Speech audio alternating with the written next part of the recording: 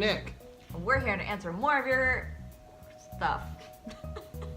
I'm not even drinking yet. Do you have stuff to give? Because we have answers We got stuff to for comply. your stuff. Public speaking. What would you give a TED Talk on? I'm giving it If you give a TED Talk right now, stuff. what's the thing you know the most about?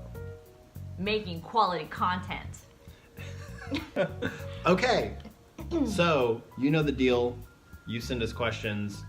We crack some jokes because we are uncomfortable with our bodies. We give you all kinds of really riveting answers from all of our compiled life experience. Actually, there's a good 10 years that I'm not going to access just to spite you. No, you're accessing it today. Okay, that's with fine. these. You're going only to those 10 years. Here we go.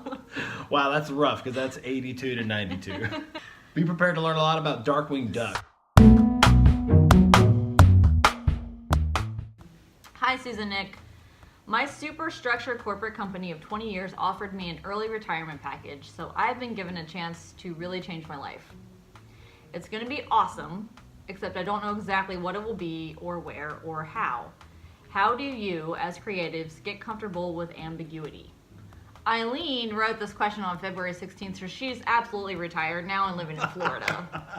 So, okay, let's play a hypothetical game. Shuffleboard, Eileen. So how do creatives get used to ambiguity? Yes. Mm. Ugh.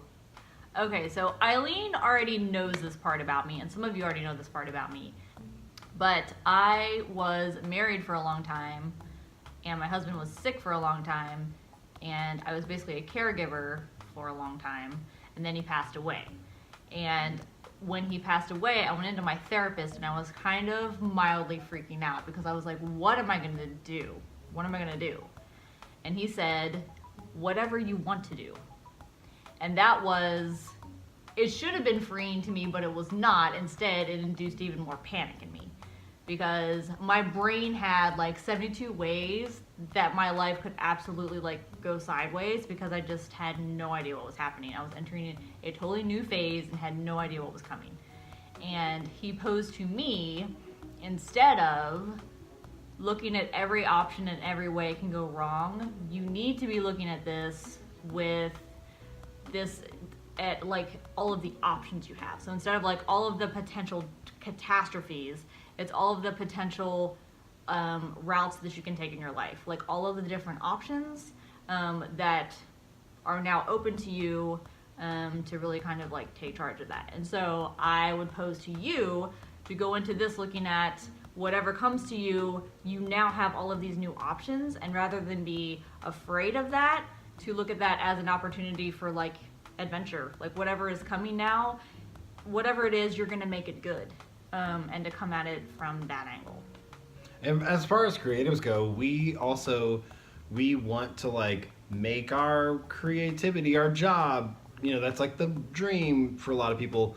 But within that comes tons of freedom and not a lot of structure because, you know, at a normal job you have a boss and a cubicle and hours you have to be there and all these different things.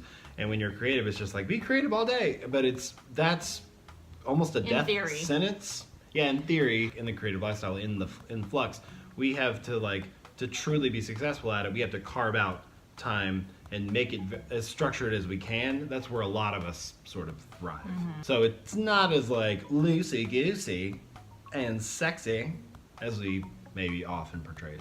It is sexy. Loosey-goosey. But especially when he does that.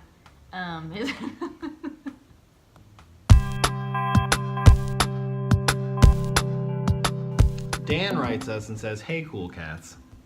That's us. Right back at you, Dan. You got the right email address. I don't want to rain on anyone's parade, but I heard a bunch of 8 to 12-year-olds talk about how much they like Logan Paul. How do you tell children not to watch toxic idiots on YouTube and watch cool cats like you? Mm-hmm. Wait, like us? Does it really say that? Dan! Oh my gosh, he's so nice. For those who don't know, explain who Logan Paul is very quickly. An asshat on the But he internet. pretty much got it right. He is a toxic idiot. He is. He's a YouTuber. A big YouTuber for channels. If you Google them, you'll see a bunch of articles about how they're about as tone deaf can be. Yeah. So, but it's true that they are very popular with like younger YouTuber mindset, the sort of subset of kids that watch YouTube.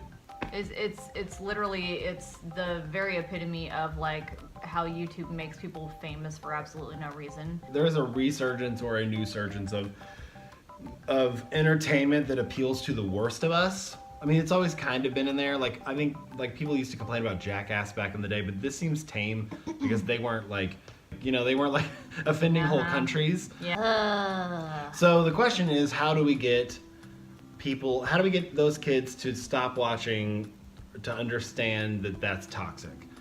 Okay, did the question say it's not his kids, right? It's just some other kids? He came upon some. Okay, we didn't joke about this. Sorry. I got no jokes. We're just asking.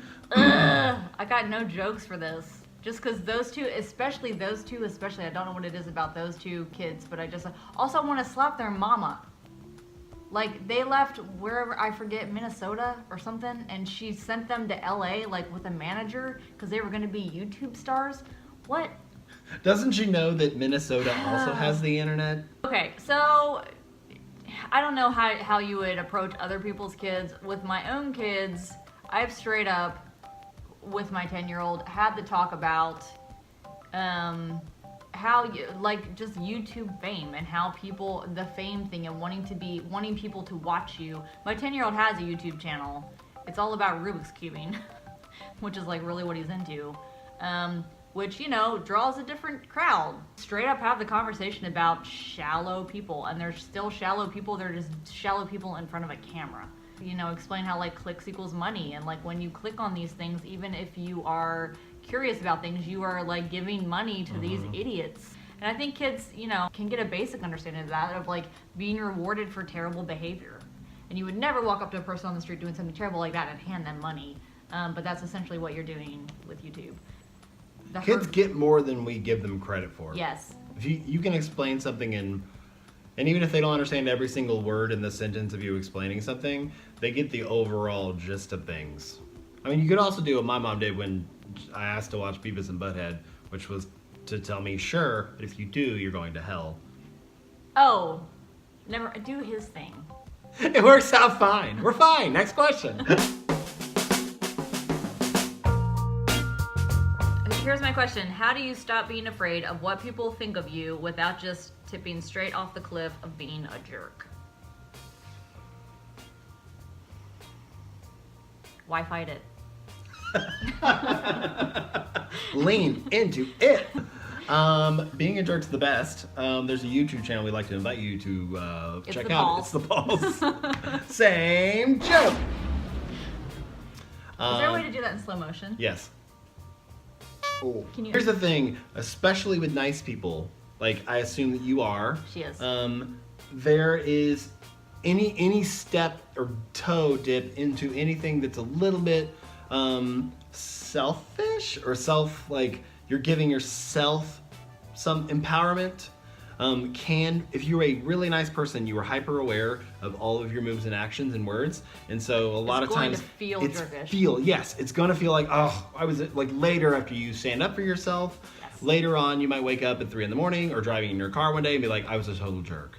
And the truth is, you're not. Because people who act like total jerks don't think that they're total jerks. They're just going around being them jerk selves. Right. And, we can't control Jeremy Piven. But he's going to keep doing what he wants to do. So, as long as it comes from a place of truth, like... Right. I was totally distracted by birds outside. Betty and Rocco are right there. Distracted by birds. The Suzanne Gale story. Okay, so here's the thing, because I feel like you and I are both running into this a little bit, just in where we are in our life arc. Yes. I call mine like midlife clarity. I think it looks to some people like I'm having a midlife crisis. But is that just because you're doing something that's different than what they're used to you doing? Yes. They see you in a box and now you're speaking up for yourself a little bit, so it's like, whoa, she's being crazy. And I'm looking different than I did before. And I don't mean physically, but like I'm actually, I'm different. And so I think people don't know what to do with that. And it's taken me a while to like figure out that I just can't care about what people think about that. I just had to realize that I was just going to be authentic, because I think everyone should live authentic. And I'm very live and let live. I'm going to do this with my hands a lot because I just realized I just did it like 16 times. So I'm just going to keep at it because it feels good and natural. I'm allowing that for myself. I'm allowing that for other people. I realize that some people are judging me right now and that's okay. It doesn't actually affect me all that much. And I'm taking this as a learning thing for me, that the next time I see someone else going, and I'm like, oh, they're going through a thing, to not be judgmental about it. Oh, there's a quote that I never remember who says quotes, so I'll just say it was Maya Angelou, and we'll just see, throw it out there.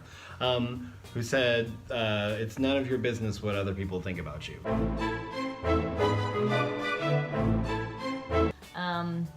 I know some people are like, well, this has been fun, but like this is where I like kind of check out of this.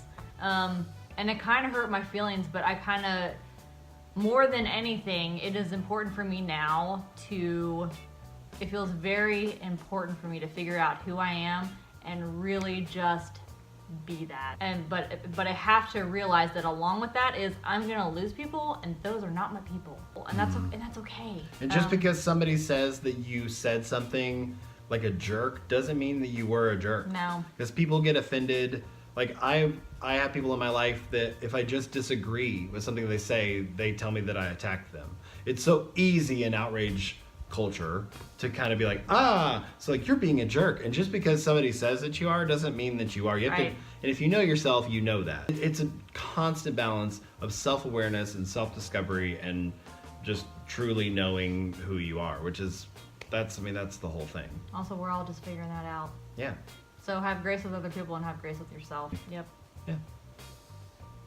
Thanks for listening to all of our good advice that is no longer timely because you submitted these questions a very long time ago. It's true. We hope you're still alive. But keep writing in questions if you want to comment below or email us at sicknewsgmail. You can see we're very confident about this stuff. Very confident. That's all that matters, man. It is. You don't have to have the answers. Just be confident in it. All right, peace.